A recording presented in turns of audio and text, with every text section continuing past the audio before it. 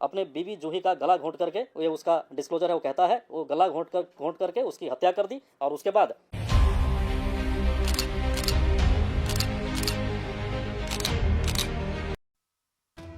एक खाली प्लॉट पर कूड़े के ढेर में कुछ लोगों की नजर एक बैग पर पड़ती है। वहीं पास में एक बॉक्स पड़ा था। कचरे के ढेर में ऐसी चीजों का होना बड़ी बात नहीं, लेकिन सिर्फ ये दो चीजें नजर में इसलिए आई क्योंकि उस बॉक्स में से आ रही थी तेज बदबू, जिसकी वजह से लोग परेशान होने लगे। लोगों को शक हुआ तो सूचना पुलिस को दी गई। पुलिस तुरंत ही क्राइम स्पॉट पर पहुंच गई। क्राइम स्पॉट इसलिए क्योंकि जैसे ही उस बॉक्स को खोला गया, पुलिस वालों के पैरों के नीचे से जमीन खिसक गई, क्योंकि उस बॉक्स में थी एक लड़की की लाश। वो भी नॉर्मल नहीं बल्कि 7 अलग अलग टुकड़ों में कटी हुई। हाथ, पैर, गर्दन सब कुछ अलग अलग पार्ट्स में कटा हुआ था। पुलिस ने बॉडी को पोस्टमार्टम के लिए भेजा। जिस तरीके से बॉडी को काटा गया था ये तो क्लियर था कि मामला कत्ल का है, लेकिन डेड बॉडी किसकी थी, लड़की कौन थी, कहाँ रहती थी और आखिर इतनी बेरहमी से मारने वाला बेरहम इंसान कौन था? ये सवाल जो पुलिस के लिए चुनौती से कम नहीं था। जानना जरूरी हो गया था कि लड़की आखिर थी कौन। पुलिस वालों ने आसपास हर जगह पूछताछ शुरू कर दी, लेकिन कहीं भी कुछ पता नहीं चल रहा था। जब तक बॉडी के जो कपड़े थे वो दिखाए गए ताकि किसी तरीके से बॉडी की पहचान की जाए, लेकिन पुलिस यहाँ भी नाकामयाब रही। अब पुलिस ने मिसिंग हुए लोगों की लिस्ट तैयार की, लेकिन कुछ पता नहीं चल रहा था। अचानक से जांच के दौरान पुलिस का ध्यान एक ऐसी चीज पर जाता है जहां से कहानी बदल सकती थी। दरअसल जिस बॉक्स में बॉडी थी उस बॉक्स पर कुरियर कंपनी का नाम था। अब पुलिस की टीम तुरंत उस कुरियर कंपनी के एड्रेस पर पहुंच जाती है, जो कि गुड़गांव में था। अब कुरियर वालों ने उस बॉक्स की पहचान कर ली। उन्होंने बताया कि इस तरीके का बॉक्स एक कस्टमर ने यूएई से पार्सल में बुक कराया था। कस्टमर का नाम था जावेद अख्तर। कंफर्मेशन होते ही पुलिस तुरंत जावेद अख्तर के घर जाकर पहुंचती है, जो कि अलीगढ़ में था। पुलिस ने जावेद के साथ साथ वहां पर बॉक्स की भी पहचान कर ली। जावेद से पूछताछ हुई तो उसने बताया कि 3 साल पहले ऐसे ही कई बॉक्सेस यूएई से उसका कुछ सामान आया था, जिसमें से कुछ बॉक्सेस उसने अपने घर में काम करने वाली मेड को दिए थे और कुछ बॉक्सेस अपने शाहीन बाग वाले घर में रखवा दिए थे, जो कि अब किराए पर दिया हुआ था। उसने बताया कि उसने अपना घर शाहीन बाग वाला एक परिवार को किराए पर दे रखा था।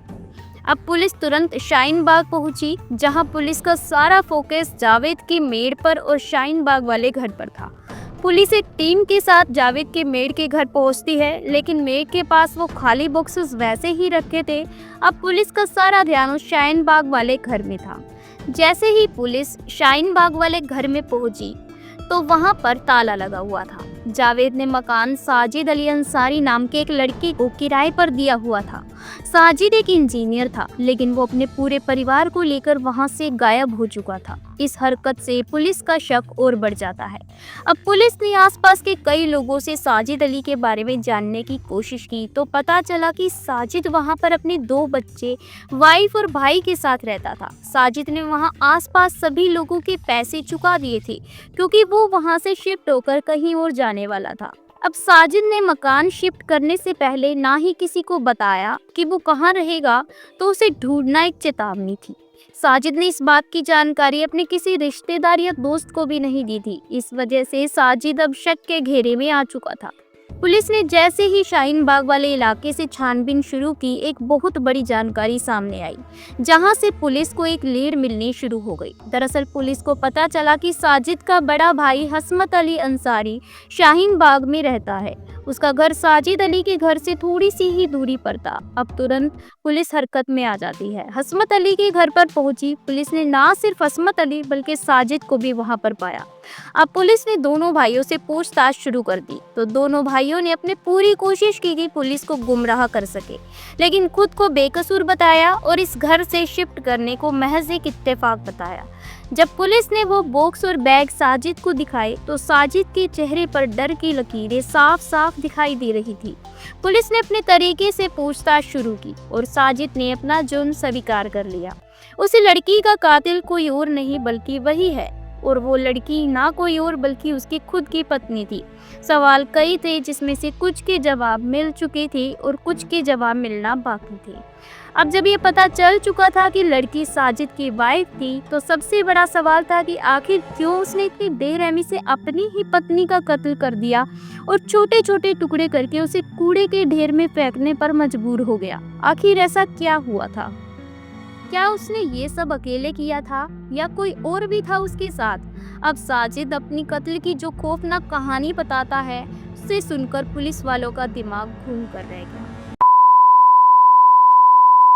2011 में बिहार के चंपारण की रहने वाली राजबाला उर्फ जूही के फोन पर साजिद का एक रॉन्ग कॉल जाता है। राजबाला उर्फ जूही ना तो साजिद को जानती थी, ना ही उसने पहले उसे कभी देखा था, लेकिन एक रॉन्ग कॉल वाले साजिद से जूही की दोस्ती हो गई, या ये कहे कि रॉन्ग कॉल एक राइट कॉल में बदल गई। लेकिन क्या जूही की ये बदकिस्मती थी? देखते ही देखते दोस्ती प्यार में बदल गई और बाद में शादी तक बात पहुंच गई। क्योंकि दोनों के धर्म अलग थे, तो जूही ने परिवार वालों से शादी से इनकार कर दिया। क्योंकि साजिद एक मुस्लिम लड़का था और जूही एक हिंदू लड़की थी, लेकिन दोनों ने परिवार वालों के खिलाफ जाकर कोर्ट मैरिज कर ली और एक किराए के घर में रहने लगे। साजिद एक मिडिल क्लास फैमिली से था, उसने इंजीनियरिंग कर रखी थी, लेकिन फिर भी बेरोजगार था। बेरोजगारी के चलते दोनों ने दिल्ली जाने का फैसला किया। शादी के 1 साल बाद 2015 में दिल्ली आ गया, शाहीन बाग वाले घर में रहने लगा। लेकिन वहाँ भी उसको कोई अच्छा रोजगार नहीं मिला, तो दोनों छोटा मोटा काम करके घर का खर्चा चलाया करते थे। इसी बीच दोनों के 2 बेटे हुए। अब घर का खर्चा चलाना थोड़ा सा मुश्किल हो गया। फाइनेंशियल कंडीशन इतनी खराब हो गई कि दोनों के बीच झगड़े होने लगे थे। इसी बीच साजिद का अफेयर किसी और लड़की से हो जाता है।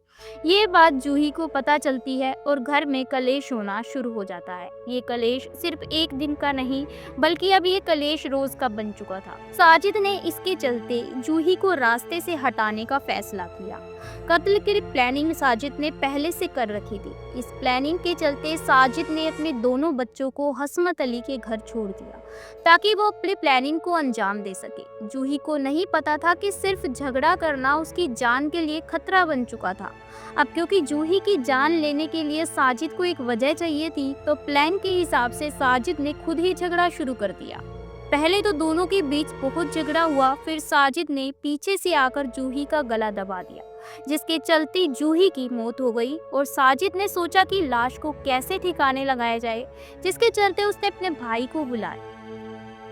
दोनों भाइयों ने जूही की बॉडी के 7 टुकड़े करके उसे अलग अलग बॉक्सेस में भर दिया और एक बैग में भी भर दिया। लाश को बाइक पर ठिकाने लगाना मुश्किल था, इसलिए दोनों भाई ने बड़े भाई हसमत अली को फोन किया। हसमत अली कहीं से अपने दोस्त की गाड़ी का अरेंजमेंट करके लाता है। तीनों भाई देर रात को लाश को लेकर निकल पड़ते हैं और पूरा इलाका अच्छे से छानबीन करते हैं, ताकि लोगों की नजरों से बच सके। तभी इन्हें सरिता विहार की हाजी कॉलोनी इलाके में कूड़े का ढेर दिखाई दिया। तीनों ने उस बॉडी को वहां कूड़े के ढेर में फेंक दिया। भाइयों ने जुर्म छुपाने की पूरी कोशिश की। दोनों भाइयों ने एक बहुत बड़े जुर्म में अपने भाई साजिद का साथ दिया। एक ने साजिद के साथ मिलकर बॉडी के टुकड़े किए, तो दूसरे ने गाड़ी लाकर उसे कूड़े के ढेर में फेंक दिया। सुबह सुबह ये अपने बड़े भाई हसमत अली अंसारी को इन्होंने इसमें शामिल किया। हसमत अली अंसारी अपने एक साथी का एर्टिगा कार लेकर के आया और तीनों मिल करके इस डेड बॉडी को ठिकाने लगाने के लिए, तमाम सबूत मिटाने के लिए तीनों भाई मिल करके गाड़ी में कार्टन और काला बैग को पुलिस ने तीनों के खिलाफ चार्जशीट फाइल की और उन्हें कोर्ट भेज दिया। आप इस केस पर अपनी क्या राय देना चाहेंगी, कमेंट बॉक्स में जरूर बताएं। राधे राधे।